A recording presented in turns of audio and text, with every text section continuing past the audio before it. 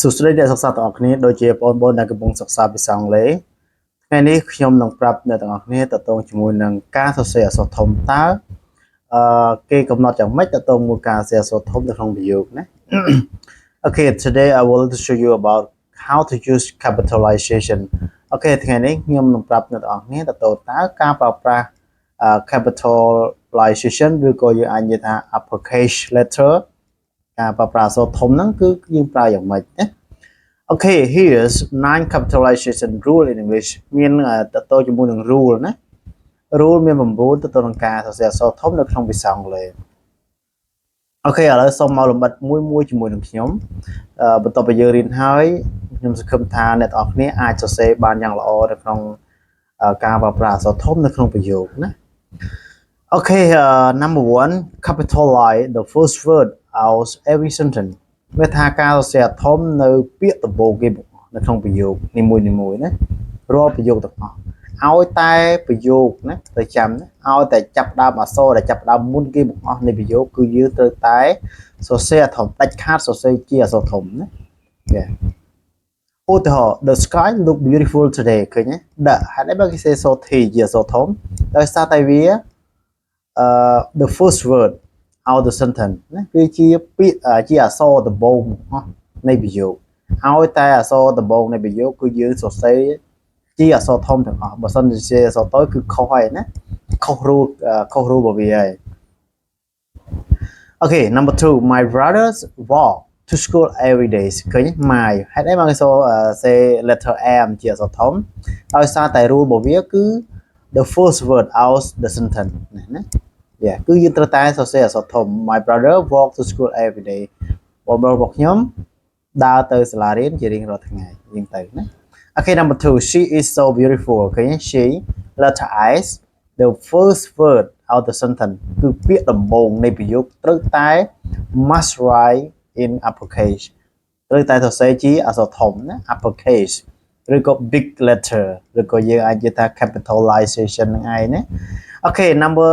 Okay, he stay at home at night. Yeah, he stay at home at night. ឃើញhe h letter h ហ្នឹងគឺយើង start ជាមួយនឹងអក្សរធំដោយសារតែវា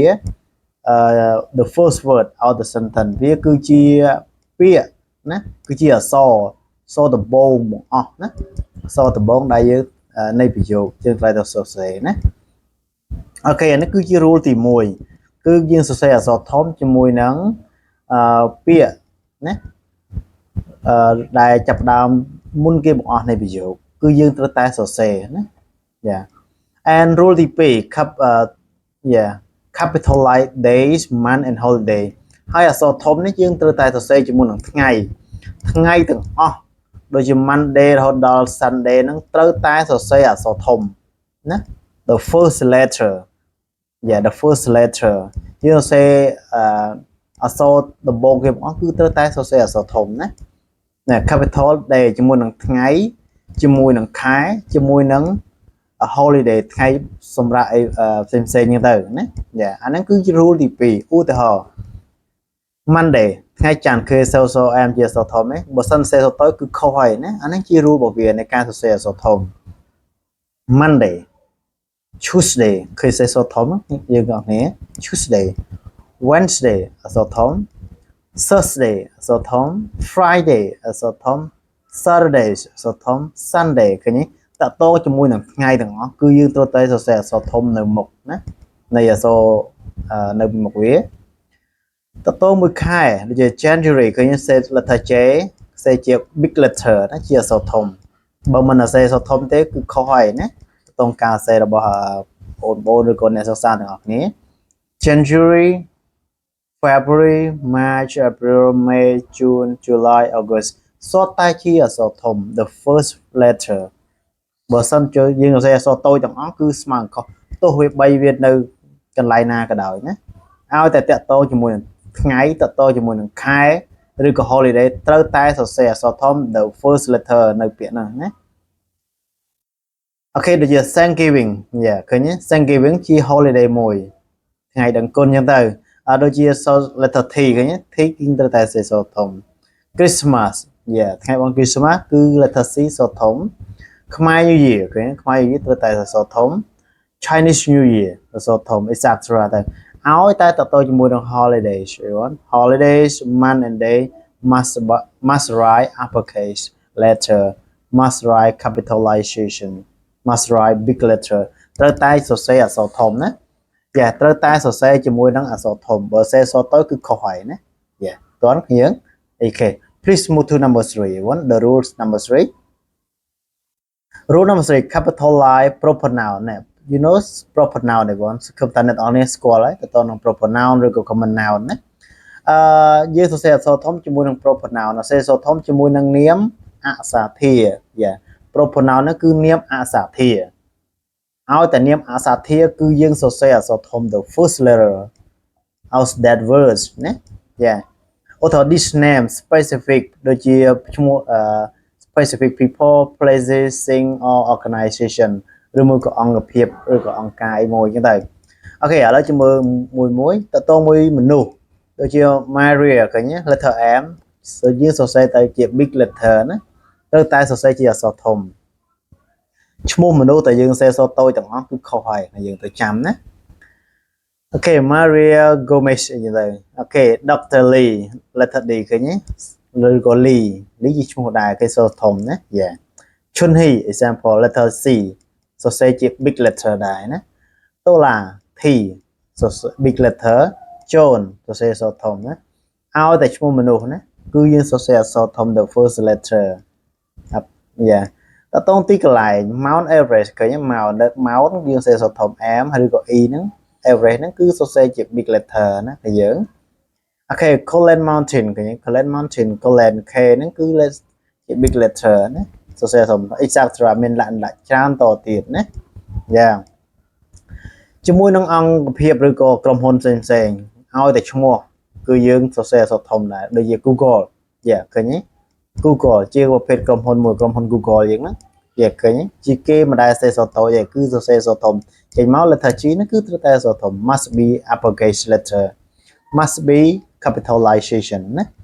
អូខេ United Nation ឃើញទេអង្គការ UN ដែលហៅ United Nation ហ្នឹងគឺអង្គការ UN ហ្នឹងណាយ៉ាគេសរសេរជាអក្សរធំណាអូខេ Harvard University សាកលវិទ្យាល័យ Harvard ឃើញទេត្រូវតែសរសេរជាអក្សរធំយើងមិនអាចសរសេរជាអក្សរតូចបានទេណាមិនអាចសរសេរយើងត្រូវតែសរសេរអក្សរធំអូខេ brand name តទៅមួយ brand name តទៅ franchise brand name នៅអង្គភាពឬក៏កន្លែងផ្សេងឬក៏ក្រុមហ៊ុនផ្សេងដូចជា Nike ឃើញទេក្រុមហ៊ុន Nike ក្រុមហ៊ុន Nike ក្រុមហ៊ុនបាយជើង Nike ហ្នឹងជើងប៉ាតាហ្នឹងណាគេឲ្យតែ brand name Lego ឃើញទេ Lego ជាក្រុមហ៊ុន Coca-Cola ឲ្យតែ brand name គឺយើងសរសេរជាអក្សរធំទាំងអស់នេះគឺជា rule ទៅនឹងការសរសេរអក្សរធំណាយ៉ាទោះជានៅកន្លែងណាក៏ដោយមិនថានៅដើមមិនថានៅកណ្ដាលមិនថានៅចុងប្រយោគទេណាឲ្យតែ brand name គឺត្រូវតែជាសរសេរអក្សរធំ the first letter you got it everyone yeah please move to number 4 the rule number 4 rule number 4 capitalize nation យើងប្រើជាមួយនឹង nationality ជាមួយនឹងសញ្ជាតិជាមួយនឹងភាសា language ជាមួយនឹង country ជាមួយនឹងប្រទេសឬក៏សាសនា religion ណាយ៉ាដូចជាគេ French yeah French ឃើញទេជនជាតិបារាំងជនជាតិបារាំងឬក៏ភាសាបារាំង French yeah Arabic yeah English ឃើញទេ Chinese yeah សុទ្ធតែជាសរសេរអក្សរធំណា Cambodia yeah Christmas Christianity yeah Christianity ឃើញទេ Buddhism yeah Buddhism ឃើញសុទ្ធតែឲ្យតែតកតងជាមួយនឹង nationality language country and religion គឺយើងប្រើជាអក្សរធំ the first letter អានេះជា rule របស់វាដែលយើងទៅចាំណាបើសិនជាយើងអត់ចេះនឹងទេយើងនឹងអាចសរសេរខុសយើងអត់ដឹងពី rule របស់វាតើអក្សរធំនឹងគេប្រើជាមួយអីខ្លះប្រើនៅពេលណាបើសិនជាយើងអត់បានមើលទេយើងនឹងអាចសរសេរខុសណាយើងមិនដឹងថាគូតែប្រើ friend សរសេរអក្សរតូចសរសេរអក្សរធំយើងអត់ច្បាស់ណាអូខេចាប់ពីពេលទៅយើងគូតែច្បាស់បន្ទាប់ពីយើងបានរៀនហើយណាOkay, rule number 5 capitalize title when used with a name ឃើញទេយើងសរសេរអក្សរធំជាមួយនឹងចំណងជើងឲ្យតែចំណងជើងដែលមានឈ្មោះយើងសរសេរអក្សរធំ Yeah ដូចជា President Lincoln ឃើញទេ President Lincoln អាហ្នឹងគឺតតង title តតងជាមួយនឹងឋានៈអីហ្នឹងទៅ Yeah ចំណងជើងឬក៏ឋានៈណាជាមួយនឹងឈ្មោះ ដូចជា President Lincoln yeah ប្រធានាធិបតី Lincoln អីចឹង Professor Smith yeah សាស្ត្រាចារ្យ Smith ឃើញទេគឺយើងប្រើជា capitalize title ដែរជាមួយនឹង title with use with a name ជាមួយនឹងឈ្មោះតួនាទីរបស់នរណាម្នាក់ណាដូចជា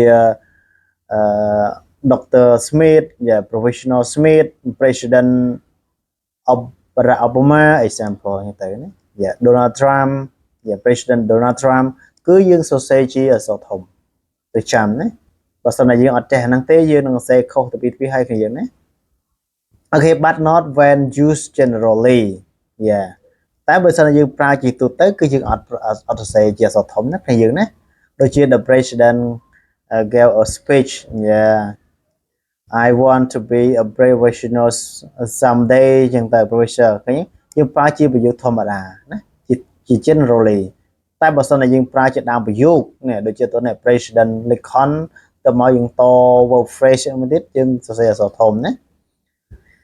Yes okay សង្ឃឹមថាអ្នកទាំងអស់គ្នាយើងយល់ហើយ Okay rule number 6 capitalize the pronoun I yeah ជាមួយនឹង pronoun I ហ្នឹងគឺ pronoun នៅក្នុងភាសាអង់គ្លេសគឺមាន7 yeah ដូចជា I វានិយាយ he she it តែលើកលែងតែជាមួយនឹង I ទេនៅកន្លែងណាក៏ត្រូវតែប្រើអក្សរធំដែរតែបើសិនជា we you they he she it អាហ្នឹងបើសិនជានៅដើមយើងសរសេរជាអក្សរធំតែបើសិននៅកណ្ដាលគឺយើងសរសេរជាអក្សរតូចណាវាមានកន្លែងសរសេរអក្សរតូចតែលើកលែងតែ I exception the pronoun I we always use write in capital letter all the time yeah លើកលែងតែ I គឺយើងសរសេរអក្សរធំគ្រប់ទីកន្លែងរបស់វាណាឲ្យតែហ៊ានប្រើគឺត្រូវតែសរសេរអក្សរធំហើយនិយាយគឺគេដាក់ពាក្យ all the way គឺត្រូវតែប្រើណាយ៉ា 100% គឺប្រើតែអក្សរធំទេណាOkay C and I ឃើញទេ C and I ត្រូវតែសរសេរអក្សរធំ C and I went to the store yeah អានេះជាឧទាហរណ៍ណាត្រូវចាំទាំងអស់គ្នា Okay please move to rule number 7 yeah capitalize the main words in the title of book movie etc នេះយើងសរសេរចំណងជើងសភៅឬក៏ខ្សែភាពយន្តត្រូវតែសរសេរធំឲ្យតែចំណងជើងណាមិញឋានៈរបស់នរណាម្នាក់ប្រភេទនេះជាមួយនឹងចំណងជើងឬក៏ចំណងជើងសភៅឬក៏ខ្សែភាពយន្ត Okay use title case capitalize all major words yeah all the major words ដូចជា the load out the ring ឃើញទេ the load out the ring គឺយើងសរសេរជាអក្សរធំ the គឺអក្សរធំ load ហើយនឹង ring នេះជាឈ្មោះរបស់គេទេណាយ៉ាឲ្យតែឈ្មោះណា to kill a mockingbird yeah the mockingbird ចឹងទៅអានេះជាឈ្មោះគេ to kill a mockingbird ជាឈ្មោះ movie ណាខ្សែភាពយន្ត yeah movies yeah ឲ្យតែឈ្មោះទៅតងនឹងខ្សែភាពយន្តសិភៅអីគឺយើងត្រូវតែសរសេរជាអក្សរធំទោះបីជានៅកន្លែងណាក៏ដោយគ្នាយើងណា yeah ទោះបីវាដើរតួជា subject ឬមួយក៏ object យើងត្រូវតែជាសរសេរជាអក្សរធំបើមិនចឹងទេការសរសេររបស់យើងគឺខុសហើយណា error ហើយណា Okay number 8 you want capitalize job title in formal signatures or heading នេះជាមួយនឹងចំណងជើងអីគឺយើងផ្លូវការឬក៏មើលសញ្ញាផ្លូវការអីគឺយើងសរសេរជាអក្សរធំដែរណាដូចជាគេនេះដូចជាសញ្ញាជាផ្លូវការអីជាធម្មតានៅក្នុងសញ្ញាគេដាក់មាន sincerely yeah sincerely yeah គឺយកមកយើងសរសេរអក្សរធំដែរណាយើងណា yeah ទៅតងចំណងជើង Amanda Clark yeah នេះចំណងជើង Amanda Clark Director of Marketing តែយ៉ាងទៅណាគឺយើងត្រូវតែសរសេរជាអក្សរធំសំខាន់យើងចាំណាយើងចាំទៅតមួយ rule នីមួយៗយើងនឹងប្រើលេខខុសហើយយើងណាយើងប្រើលេខខុសតែបើសិនយើងអត់ចាំ rule នីមួយៗទេយើងនឹងច្រឡំគ្នាយើងមិនដឹងថាប្រើនៅពេលណា Please remember each rule yeah that I show you about right Okay the last one capitalize the first word in a quotation ឃើញទេ sometime ពេលខ្លះ Okay ជាមួយនឹង quotation គឺយើងសរសេរជាអក្សរធំដែរណាឧទាហរណ៍ខាងក្រោមដើម្បីងាយស្រួល Only when the quote in a complete sentence ឧទាហរណ៍ she said yeah she said នេះបាននិយាយថា we should leave soon ពួកយើងគួរតែចាក់ចែងឲ្យបានឃើញ we we should live soon ហ្នឹងគេឲ្យឈ្មោះថា quotation ហើយប្រយោគហ្នឹងណាជាមួយនឹងប្រយោគហ្នឹងហើយយើងត្រូវសេចជា capitalization ជាអក្សរធំណាត្រូវសេចជាអក្សរធំ She said she was very tired Yes she said she was very tired នេះបាននិយាយថានាងគឺហត់ណាស់ណា Yeah very very ហ្នឹងគឺយើងអត់ទេព្រោះថាវាមិនមែនជា complete sentence ណាវាគ្រាន់តែជា phrase មួយទេបើសិនជា phrase មួយគឺយើងអត់សរសេរអក្សរធំទេព្រោះថាគេបានបញ្ជាក់ when the quote is a complete sentence Okay yeah got it everyone Okay please move to exercise all together to make sure all of you understand clearly right Okay rewrite each sentence using correct capitalization yeah Number 1 we went to the park on Saturday Okay the answer is we and Saturday yeah and number 2 my friend Emily live in Canada yeah the answer my Emily and Canada and number 3 the teacher said I did a great job yeah the answer is Dan and I and number 4 our vacation is in August yeah our and August yeah the answer and number 5 my dad speaks Spanish and English the answer my Spanish and English number 6 yeah how you read the book yeah the answer have number 7 she visited New York City last summer the answer yeah see in New York City number 8 the dog belonged to Mr. Thompson the answer the Mr. and Thompson យើងត្រូវតែសរសេរ the answer បែបនេះជា capitalization បែបនេះណា number 9 yeah I and Christmas and number 10 my and spring yeah please remember the rule everyone okay I hope this video come to the end I hope all you understand all please look again and again